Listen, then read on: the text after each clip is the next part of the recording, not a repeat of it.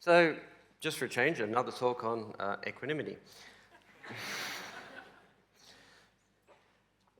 It's interesting, I was listening to the end of Jeff's presentation, and what is the purpose of a company? And he gave the very business school answer: the purpose of the company is to make a profit. And given that this is a sustainability conference, I actually think that if you have that purpose, then that's the problem. I happen to know a lot about Toyota, and Toyota is very much based on the work of W. Edwards Deming. And one of Deming's core principles was focus on the long term, even at the expense of the short term.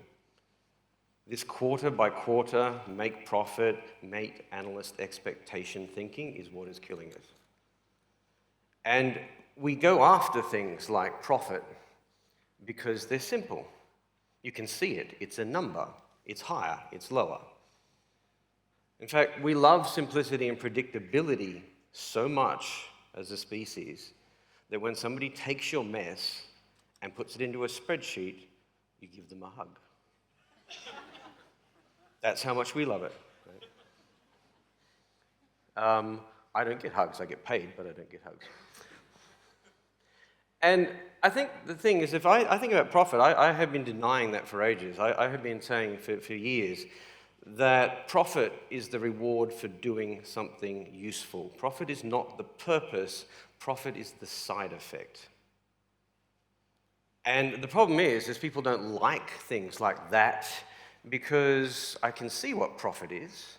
I can make profit out of thin air by outsourcing things, by exploiting things. I come from a country where we figured out how to make profit, which is we take our country and we rip it open and we dig it out and we give it to the Chinese. How long are we going to be able to do that? There's an end to that. It's a big country, but it's not infinite. And doing something useful is actually complex. It's not easy to do something useful. And complex systems, complex problems are messy. And so this is really about why would we need to foster equanimity in leadership? Because we need to learn to live with the mess. Because if we can't live with the mess, we're always looking for it to be put into a spreadsheet, we're going to have problems. Now, when things are messy, they're unpredictable, and we make mistakes. So, has anyone in here made a mistake? Most of you, some of you, Finnish people over there have faultless. So what does it feel like when you're wrong? How does it feel to be a wrong Swede?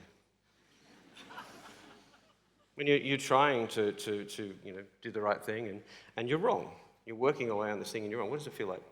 It's not rhetorical, I'm actually wanting an answer. Embarrassing, frustrating. Surprised and happy? Okay. You're from the cake company, aren't you? So, I mean, let's talk about, not little mistakes, not, ooh, I made blue buttons and the customer really wanted orange. I mean, colossal sort of managing BlackBerry sort of mistakes. Like Deep Horizon style mistakes, really, really screwing up.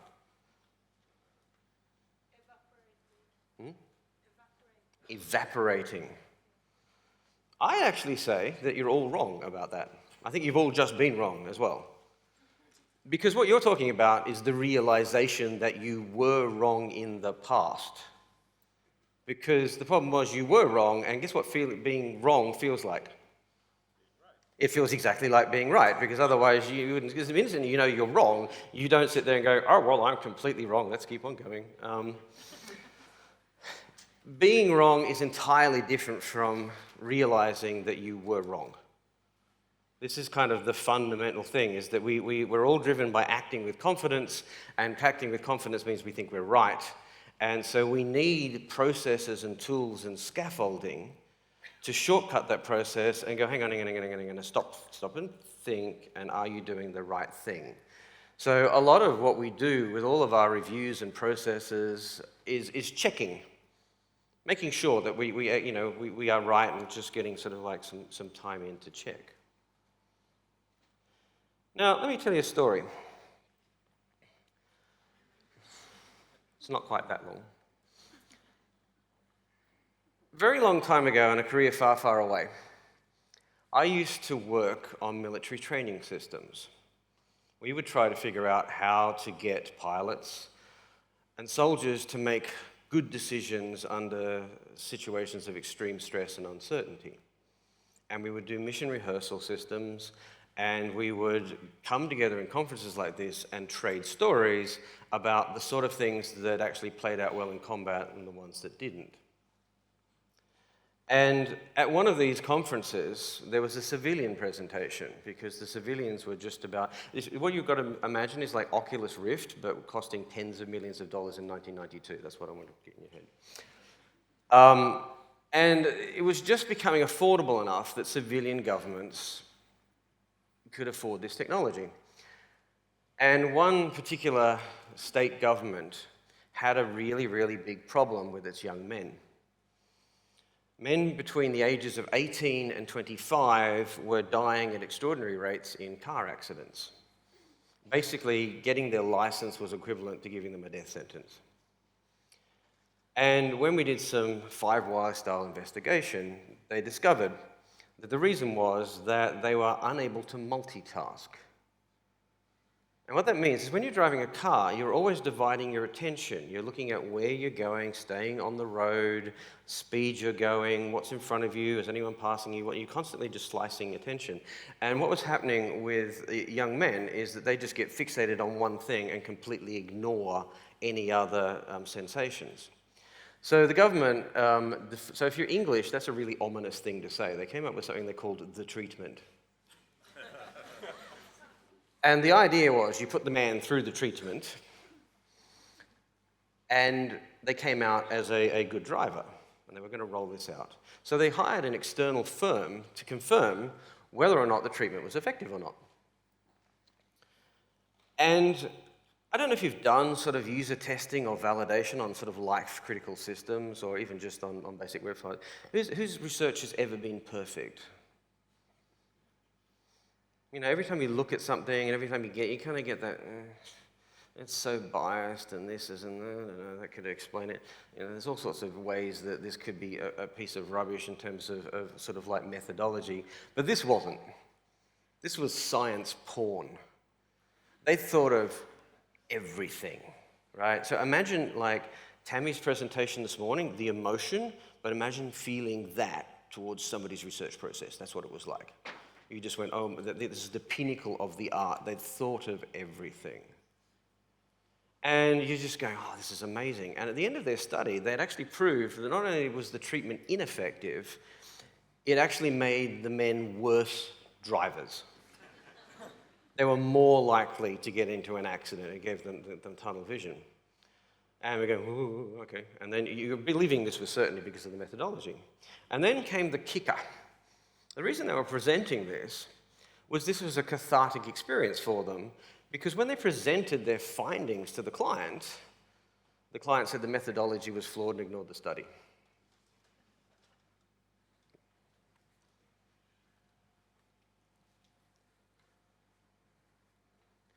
In the words of Pascal, being unable to make what was just strong, the government chose instead to make what was strong just.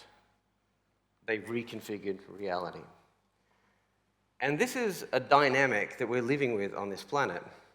Whenever there's a conflict between cold hard evidence, data, experiential, understanding, and just sheer-minded bloody power, it's power that wins every single time.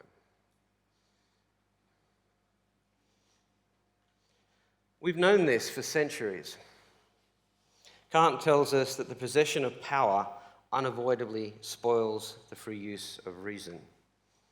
We had a brief bout of optimism during the Enlightenment, where we were discovering all sorts of cool things, which the powerful people thought were awesome.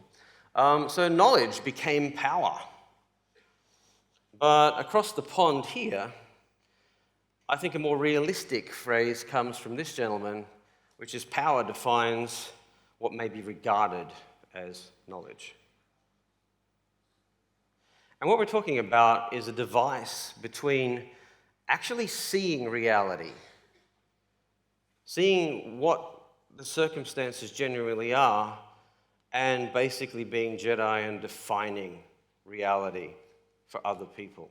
It is the most insidious form of power.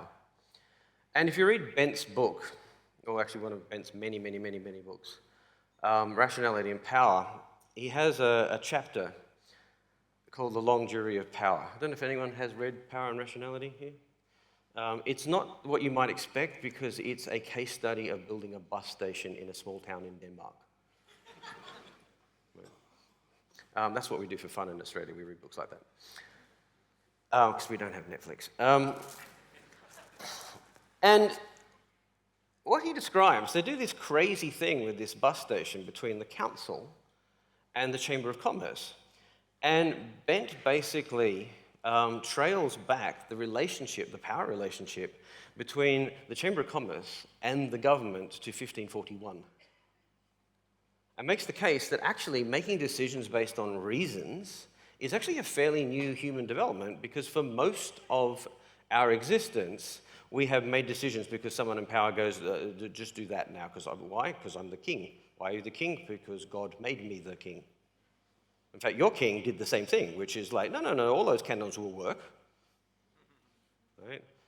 I think actually Sweden invented this concept with the Vasa.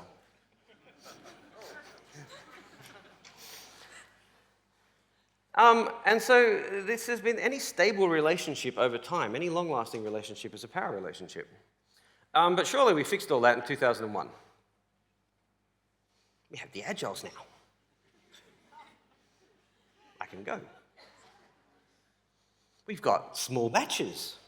We've got working software. We collaborate with the customers. It doesn't say screw over the customers. And I remember working on an Agile project in England, quite an expensive website redesign, several £1 million project. And we brought in some users from some testing, and they hated it. Like really hated it. And so we went and got some more users. And they hated it. And then the MD came to me and said, "Will you please go and get some users that understand the brilliance of this design? Because these ones, you're bringing me are crap."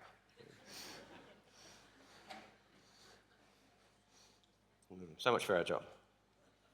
Aha! We have the lean startup now. Because that guy was using vanity metrics. A couple of years ago, I was at another event, and this woman got up on stage. His qualifications seemed to be that she was from New York. And she said, "Okay, well, our Lord Eric came down from heaven, and he told us that vanity metrics are bad. So, what I'm about to present is not vanity metrics." And then for the next 2.5 hours, we got slide after slide after slide of vanity metrics. Declaring something not a vanity metric does not make it a vanity metric. And everyone in the audience was sitting there going, "I'm glad these aren't vanity metrics because they look like them." And so what we have is a little bit of a catch-22. So are people familiar with this reference here? The catch-22 is that we all want our leaders, our managers, to act rationally, don't we? So many consultants and researchers and designers, coaches, we all want, people just act rationally. People in power need to act rationally. Not realizing that getting you rational, doing rational behavior is not what gets and keeps you in power. It's one of these low-status behaviors. So like laughter is a low-status behavior. Explaining yourself is a low-status behavior. Think about it. The higher up you are in any given organization, the less reasons you need to give anybody for what you're doing. Think about the early parts of your career. Whatever decision you are going to be making, you had to provide a lot of justification for it. The more up you get, you don't. And if you have got a power relationship with your client, the client goes, "No, you're doing it this way because because I have the power. And I realized that in introducing lean and agile methods fairly naively into some companies, that you actually get a pet manager that goes, oh, I like this idea of rationality. I remember being an engineer. What you're effectively doing is covering them in bananas and throwing them into a gorilla cage, because all of the other managers which are going, I defy your reality, I create my own, will just tear them to pieces in a political battle. Because I have a very rare piece of footage. I've got a picture from the original signing of the Agile Manifesto. Right? You see the one with the publicity shot with them around the whiteboard? Right? No, this is from the actual event. Everyone in Lean and Agile are created by people solely interested in being more rational. You talk to a lot of Agilists or software engineers and goes, well, I don't do politics. To which my response is, so you affect nothing ever. And so, much like we sometimes talk in Lean Circle, it's the first step to being lean is to be born Japanese. Because you will have the cultural and the mindset background and the mental discipline to do all of these Taiichi Ohno things. And I think the first step in being Agile is to be born Vulcan. Because Agile, Scrum, they just kill the hell out of Scrum, right? It's just awesome, right? That's what warp means. That's when your velocity gets so high, it goes above the speed of light. And what they're not understanding is that power blurs the line between rationality, doing things for reasons, and rationalization, which is, I've already decided something, and here are some reasons I've made up to support my course of action. And the same thing applies for Agile. For a while, I've been looking at the Agile manifesto, and I've decided that it looks pretty much like this. Every time I look at the manifesto, this is what happens in my head. So here's a little bit of empathy. What is the future of America? Is it the money we make, the quest we conquer? No, it's children. So what do children have to say about Prop 10? I don't like big corporations. I like small businesses. I believe in the family-owned enterprise. It's time to stop large corporations. Prop 10 is about children. Vote yes on Prop 10, or else you hate children. You don't hate children, do you? Remember, keep American business small, or else. Paid for by citizens for a fair and equal way to get Starbucks coffee kicked out of town forever. Think about it. The Agile Manifesto is almost written so you can't disagree with it. It doesn't tell you about, I've got an alternate one, which is called the Continually Being Wrong Manifesto. Because it talks about, you show it to anybody, and it will come up with, you don't hate, collaborating with customers, early and continuous delivery. Who would argue with any of these things? It's plausible rhetoric. Everyone wonders why it's exploded, but it's exploded because it sounds like things we should do. It's become a rationalization. Why are you doing this? Because of early and continuous delivery collaborating. And now if you think about it, if Enterprise Agile has caught on in Sweden, is Enterprise Agile a thing here? I finally figured out what that means, because there was Agile, and Agile worked well, because we were all Vulcans, and then the Romulans invaded. And Enterprise Agile is basically enterprise-friendly Agile, because what it means is it restored the thing we lost we had in Waterfall. Because you know what Waterfall is, don't you? You know what Waterfall is, what it's for? Really? What's it for? It's really good. It's a blame deferment mechanism.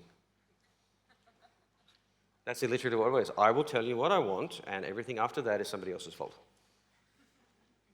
And that's what Enterprise Agile is. It's like, I seem to be responsible for my own decisions now. That sucks. How can I make this more safe? What we have, actually, here, is a failure to have equanimity. This is a failure in equanimity. We actually have emotional attachments to things, and one of the emotional attachments we have to is simply being right. We want to be able to say, I predict this will happen. I predict this will generate value. I predict that the customers will like this, and I'm going to be right because it's important to me to be right. There are fundamentally two problems here. One is inside ourselves, and one is the system that we're living in.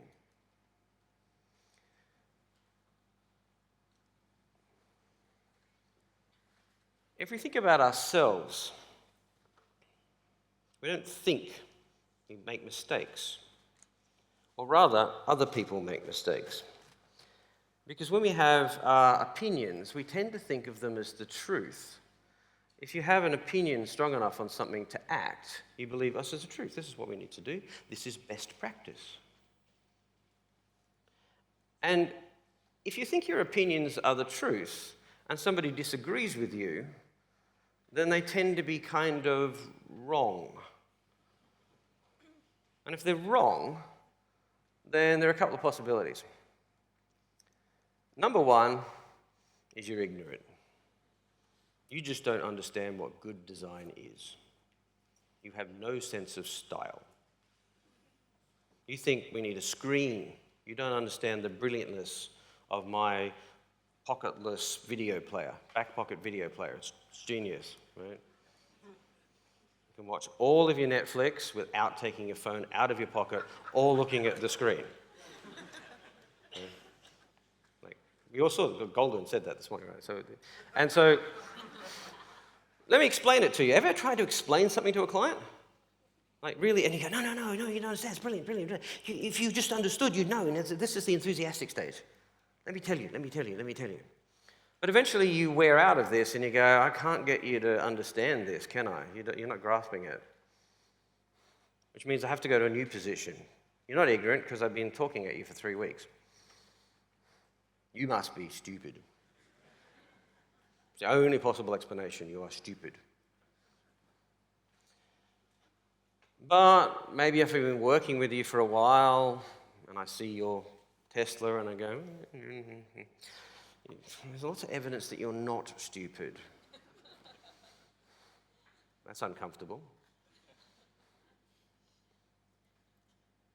You must be evil. You are doing this on purpose, you sadistic bastard. I don't know what you're up to, but you're up to something. And the interesting thing is, if this is kind of the thought process we go through for other people, what we don't understand is that we're holding a belief in our head that being wrong means you're ignorant, you're stupid, or you're evil. And does anyone here like to think of themselves as ignorant, stupid, or evil? No? So if you don't like to think of yourself as ignorant, stupid, or evil, you're going to avoid noticing that you're ignorant, stupid, or evil, so you're going to become blinded to your own errors. Because there's unpleasant emotions there. You don't want to see your mistakes, and you especially don't want to see other people's mistakes. I think that was just brought up as I was coming up, that Swedish people don't look like fools. Right? You feel very uncomfortable, and your emotional system will go, no, don't look at that. That makes me feel bad. Right? I really don't want to feel bad. Systemic problems, though, have got to do with the identities we cast for each other. I Googled managers, and apparently managers are faceless automatons in suits. So the robot revolution is here. Less cuddly, I wouldn't want to stroke that. But we have this concept of professional. And at the workshop yesterday, professional apparently means being devoid of emotion. It means like this, be professional. Don't bring your emotions into the workplace. But dealing with errors means dealing with emotions. We need to use our emotions to make good decisions. We need to be able to deal with the emotion of being wrong, especially in complex systems where mistakes are not a problem, they're a guarantee. Another aspect of politics and leaderships is that we like to follow people that are certain and decisive. So I believe the Americans can back me up. I believe this is basically American for indecisive. And when our leaders aren't decisive, we don't find them as credible. And so what leaders tend to avoid doing is actually giving explanations for what they're doing. So that purpose that Jeff was talking about actually makes a leader very, very vulnerable, because if you do two things, you go, this is what I'm trying to achieve and this is how I'd like to achieve it, guess what can automatically happen now? You can be wrong. You can be publicly wrong. Whereas if I just give you a straight-on task assignment, do this, and it doesn't turn out, then I can claim that you did it badly. Waterfall is about blame deferment. That would be great, except for the brain. Because our brains, if we are not given an explanation, will create one. We learn much about how the human brain works from when it breaks. And if you have severe epilepsy, they can split your brain down the corpus callosum, and they separate the right-hand side from the left-hand side, and they no longer talk. And they've done experiments where they basically put in input into one side of the brain, the thing that actually processes information, and they will say things like, they'll put up a card that goes, go and get a glass of water. And people will go up and get a glass of water, and then they will ask them, why did you do that? And they go, oh, I was really thirsty, I was parched. They will not have remembered the fact that they were just told to do it. The weirdest one, if you ever see the video, is they come up and go, laugh out loud. And they'll go, laugh out loud, and they ha, ha, ha, ha. And they go, why did you laugh then? And they go, oh, that joke you just told was really, really funny. No one told a joke. And this is like in a brain damage situation, but we do it all the time. If we are not, we have to know why things are. That 5 why thing is an instinctual thing. Anyone with a toddler understands that, right? And you get to the point, and actually with toddlers, it's an infinite why. It's a countable infinity of why. Because you kind of get down to, last conversation I had with my daughter got down to sort of like quantum mechanics, I think, because it was like, and then we ended up with the uncertainty principle and I got a headache. But this is the thing, and people will just invent reasons for why you've done it, and they may not have the strategy alignment. So we have trouble with what we call strategy deployment, simply because people will not tell you what they're trying to do because they're trying to avoid being wrong. So what can you do? Or what can I tell you that you can do in 4 minutes? Number one is separate the concept out of being emotionally intelligent, connected with your emotions, with being emotional. I think emotions, we need to kind of take back the terms emotion because it's a fundamental part of being humans. And actually, when I'm working with people, I want the whole person there. I don't want to just rent your prefrontal cortex. I want your amygdala. I want your extended decision-making system. I want every single part of you. If you are designs affect reality, reality comes through the senses is filtered through our emotions before we even begin to process it. Why would I just want a tiny little part of you? And no, that's not a reason to raise your rates.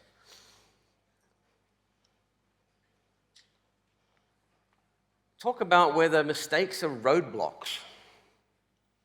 Right? I'd agree with Jeff. Don't celebrate them. They just are. Mistake is it's not really even a mistake. It's a thing. It's a learning opportunity. It should neither be celebrated. And this is the problem. When you celebrate things, there are things to punish. This worked. This didn't work. This is what equanimity is. It's not reacting to something. Or is it a milestone? Is it a learning milestone? Depending on your language, think about holding a belief in the current moment, which you can then believe something new. If you think about how we see the world, I think it was the first speaker today was talking about that once upon a time we thought your brain was fixed.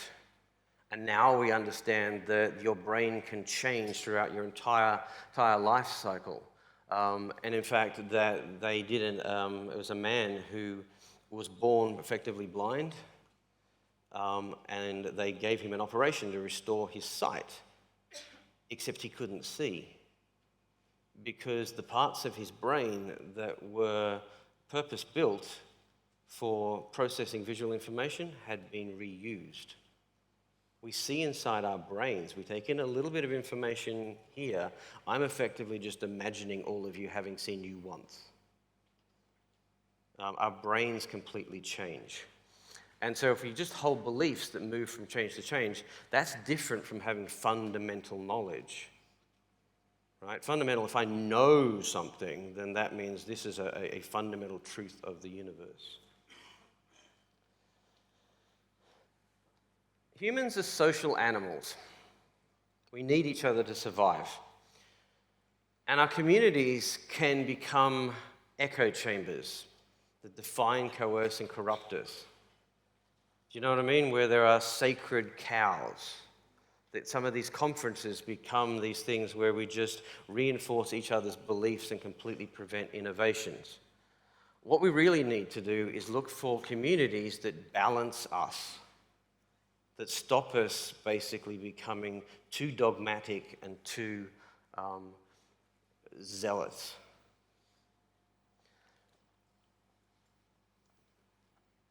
It's not the manager's fault alone. It's not the people's power and fault alone, because you can't have a leader if you don't have any followers. We outsource uncertainty.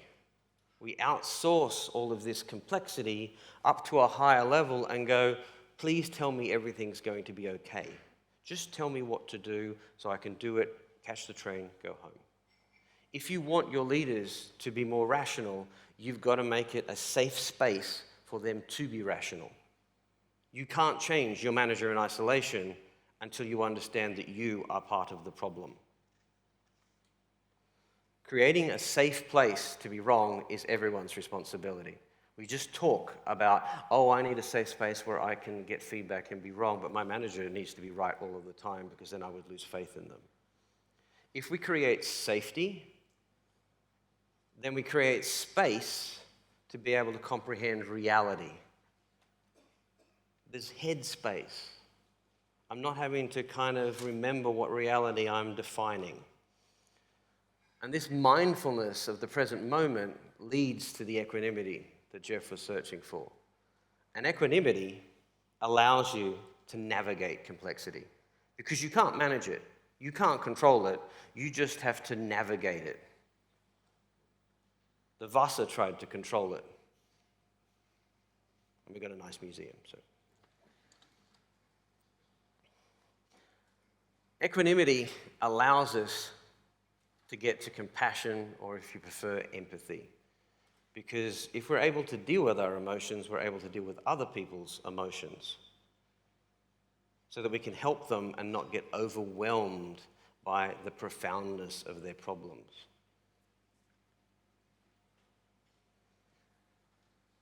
We tend to experience other people from the outside. We attribute all sorts of things. We don't often see them.